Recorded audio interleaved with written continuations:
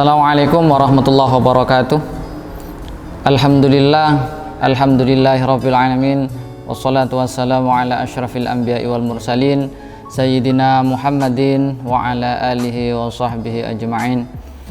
Allahumma salli ala sayyidina Muhammadinil fatihi lima ughliqa wal khatimi lima sabaq nasiril haqqi bil haqqi wal hadi ila siratikal mustaqim wa ala alihi wa sahbihi haqqa qadrihi wa miqdarihil azim. Amma ba'du. Anak-anakku yang dimuliakan oleh Allah, perkenalkan, nama saya adalah Muhammad Solikin, guru PAI di SMK Sunan Kalijogo. Pertama-tama marilah kita panjatkan puja dan puji syukur kehadirat Allah Subhanahu wa taala, yang mana Allah telah memberikan nikmat kepada kita sehingga kita bisa melaksanakan MPLS pada tahun ini dengan keadaan sehat walafiat. Amin Allahumma amin.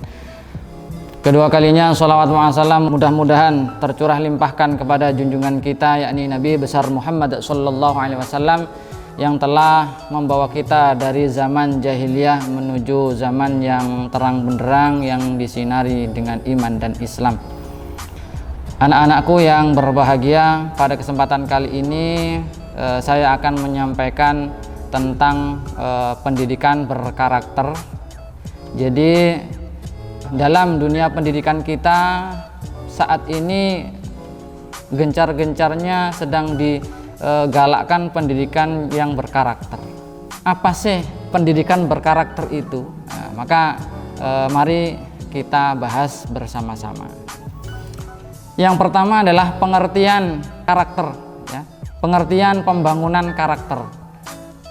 Pengertian membangun karakter adalah suatu proses atau usaha yang dilakukan untuk membina, memperbaiki, dan atau membentuk tabiat, ya, watak, sifat kejiwaan, akhlak atau budi pekerti manusia atau masyarakat, sehingga menunjukkan perangai dan tingkah laku yang baik berlandaskan nilai-nilai agama dan Pancasila. Jadi di sini berkaitan dengan tabiat dan watak perilaku. Jadi proses pembentukan ini tidak singkat, jadi butuh waktu yang lama. Makanya di Indonesia kita diwajibkan belajar, yaitu wajib belajar 9 tahun. Maka karena pembentukan karakter ini sangat lama dan butuh waktu yang tidak singkat, jadi pembentukan watak, kebiasaan ini memerlukan waktu yang tidak singkat. Kemudian apa sih tujuan dari pendidikan berkarakter yang digalakkan di negara kita ini? Pendidikan karakter pada intinya bertujuan membentuk bangsa yang pertama adalah tangguh. Jadi tangguh, tidak mudah menyerah, ya, tangguh secara psikis maupun secara fisik, gitu ya.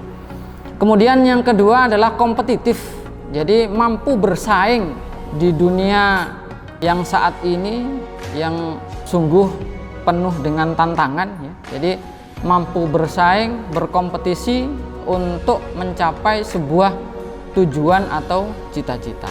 Kemudian yang ketiga, tujuan pendidikan berkarakter itu adalah membentuk, ya, akhlak yang mulia. Jadi akhlak yang mulia itu amat sangat penting karena kedudukan akhlak itu lebih tinggi dari apapun, ya. Jadi sebesar apapun pengetahuan kita, namun kalau akhlak kita tidak baik, ya, maka ilmu kita sungguh tidak ada gunanya. Kemudian yang keempat, bertoleransi. Jadi menghargai sesama, baik sesama anggota keluarga, agama maupun lain agama. Kemudian bergotong royong.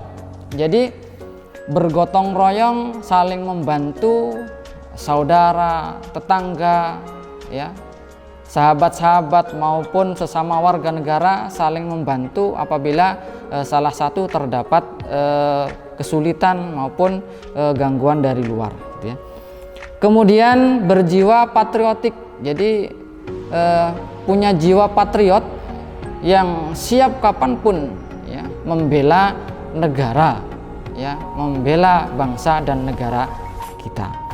Kemudian yang ketujuh, berkembang dinamis, berorientasi pada ilmu pengetahuan yang berdasarkan kepada didasari oleh keimanan dan ketakwaan kepada Allah Subhanahu wa taala dan Pancasila. Ini. Jadi itulah tujuan pendidikan karakter di Indonesia. Jadi karakter-karakter yang seperti itulah yang akan kita capai, kita tuju, sehingga membentuk ya generasi bangsa yang kuat dan tangguh. Kemudian dimensi-dimensi karakter yang baik. Nah, bagaimana sih dimensi karakter yang baik itu? Yang pertama adalah berkarakter mulia. Nah, berkarakter mulia, jadi individu itu memiliki pengetahuan tentang potensi diri sehingga potensi bisa diketahui, dan hal ini biasanya ditandai dengan nilai-nilai. Yang pertama adalah percaya diri.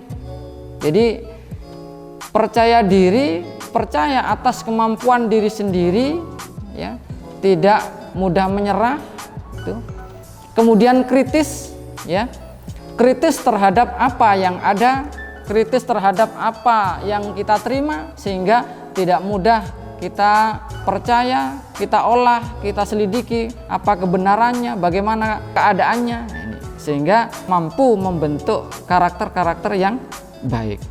Kemudian kreatif dan inovatif, sehingga kalau kita punya kreativitas kemudian bisa berinovasi, maka kita tidak akan ketinggalan, bahkan mampu bersaing pada saat ini, yang mana persaingan global saat ini sangat sengit sekali gitu ya.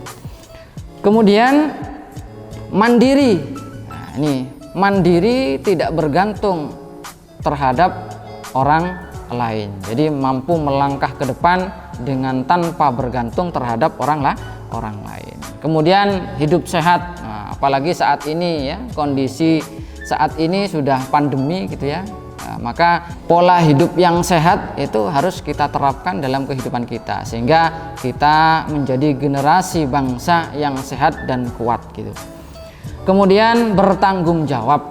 Jadi bertanggung jawab terhadap apa yang telah ditugaskan kepada kita, ya, tugas kita sebagai manusia, tugas kita sebagai seorang siswa, seorang pelajar, bertanggung jawab sebagai seorang generasi bangsa yang baik. Kemudian diantaranya karakter-karakter mulia itu ditandai dengan sabar, kemudian berhati-hati dan rela berkorban, pemberani, ya, itu dapat dipercaya, jujur. Nah, diantaranya seperti itu. Itulah karakter-karakter yang mulia yang hendaknya kita pelajari, kita tanamkan kepada kita dalam jiwa kita, sehingga kita bisa menjadi generasi bangsa yang baik, gitu ya. Kemudian seterusnya itu menghargai waktu, ya, dapat menghargai waktu. Tentunya sebagai seorang pelajar, ya, menghargai waktu itu sangat penting, gitu ya. Kedisiplinan pun itu juga penting, karena kalau kita disiplin waktu, ya, disiplin dalam belajar, maka niscaya kita akan menjadi orang yang lebih baik dan menjadi orang-orang yang sukses. Tuh. Kemudian gigih, gitu ya. Gigih ini bekerja keras, ya, tidak mudah menyerah untuk menggapai apa yang akan kita tuju dan kita cita-citakan. Nah, kemudian yang berikutnya adalah nilai karakter. Dari mana sumber atau nilai-nilai karakter itu muncul? Ya. Yang pertama, jadi nilai karakter dalam hubungannya dengan Tuhan. Ini. Jadi nilai-nilai karakter yang berhubungan dan berkaitan dengan Tuhan itu seperti apa? Yang pertama adalah ya bertanggung jawab, gitu ya. Kenapa kok di sini tanggung jawab? Ya, karena tanggung jawab kita sebagai seorang makhluk, ya, sebagai ciptaan dari Sang Khalik, maka tanggung jawab kita adalah taat dan patuh pada Sang Pencipta. Maka dalam agama Islam ini dikatakan keimanan dan ketakwaan kita itu harus kita betul-betul pupuk, sehingga kita mampu menjadi makhluk hamba Allah yang bertakwa kepada Allah. Ini, jadi itu amat sangat penting ya. Jadi kedudukan nilai-nilai karakter terhadap Sang Pencipta ini sangat utama karena itu berhubungan dengan keimanan dan ketakwaan. Kemudian yang inilah yang bisa menyelamatkan kita nanti di dunia serta di akhirat. Kemudian nilai karakter yang kedua adalah hubungannya dengan diri sendiri. Jadi bertanggung jawab terhadap diri sendiri ya, sebagai seorang pribadi yang baik. Maka karakter dalam diri kita yang hendak kita kembangkan adalah tanggung jawab, disiplin ya, terutama terlebih lagi Anda sekalian ini adalah seorang pelajar gitu ya. Jadi bertanggung jawab pada diri sendiri sebagai seorang pelajar adalah belajar dengan baik agar menjadi orang yang berguna bagi agama, bangsa, dan negara. Kemudian nilai yang ketiga yaitu karakter dalam hubungannya dengan sesama. Ini karakter terhadap sesama ya. Jadi jujur, disiplin, kemudian bertanggung jawab terhadap sesama, sehingga hubungan sosial di masyarakat kita ini menjadi lebih baik. Kemudian yang keempat ya, nilai karakter dalam hubungannya dengan lingkungan sekitar. Ini bagaimana hubungan kita dengan lingkungan sekitar. Hendaknya kita menjaga lingkungan kita ya, lingkungan belajar kita, lingkungan keluarga kita, masyarakat kita. Kita jaga dengan baik sehingga terciptalah lingkungan yang baik ya. Jadi lingkungan yang bersih, dinamis ya, sehingga kehidupan kita dalam berbangsa dan bernegara ini nanti bisa lebih tentram dan dinamis gitu ya. Kemudian sumber-sumber nilai pembangunan karakter ini yang pertama itu bersumber pada agama. Jadi sumber yang utama dalam pembentukan nilai karakter itu adalah agama. Kenapa kok agama di sini? Ya, karena agama adalah satu-satunya ya kebenaran yang mutlak di situ. Kenapa? Karena agama ini dituntun langsung oleh Sang Pencipta. Jadi maka kebenaran mutlak itu adalah milik Allah. Nah, kemudian Allah menuntunnya melalui agama, melalui kitab suci yang diturunkan oleh Allah. Maka agama ini menjadi salah satu sumber yang pokok, sumber yang utama di dalam membentuk nilai karakter seorang manusia. Jadi karena kebenaran mutlak itu hanya milik Allah dan Allah menurunkan agama dan kitab sucinya untuk menuntun kita untuk menuju jalan yang benar dan diridhoi oleh Allah. Kemudian sumber yang kedua itu adalah Pancasila. Ini jadi sumber kedua pembentukan karakter bangsa ini terdapat pada Pancasila. Jadi di dalam Pancasila itu terdapat beberapa nilai-nilai. Yang pertama adalah nilai ketuhanan ya. Jadi nilai ketuhanan ini ada pada sila pertama. Jadi ini tentu sama dengan sumber yang pertama tadi dari agama ya. Jadi nilai ketuhanan ini sudah dijabarkan di dalam agama. Kemudian nilai kemanusiaan ya. Jadi nilai-nilai terhadap sesama manusia itu bagaimana. Nah, inilah yang menjadi sumber pokok kedua dalam pembangunan karakter di Indonesia. Kemudian nilai persatuan. Jadi di Pancasila itu ada nilai persatuan. Maka nilai persatuan ini juga menjadi sumber dari pembangunan karakter. Jadi kalau bangsa kita bersatu, maka kita tidak mungkin jadi tidak mungkin terpengaruh oleh pengaruh-pengaruh buruk dari luar. Bahkan kalau kita mampu bersatu, maka tidak akan mudah dihancurkan oleh negara-negara lain ya. Kemudian dalam Pancasila juga ada nilai kerakyatan ya. Jadi nilai kerakyatan. Maka nilai-nilai ini sebagai seorang pemimpin, maka kita harus memikirkan kehidupan rakyat kita, bukan hanya memikirkan kehidupan sendiri sehingga rakyat itu menjadi makmur dan tentram.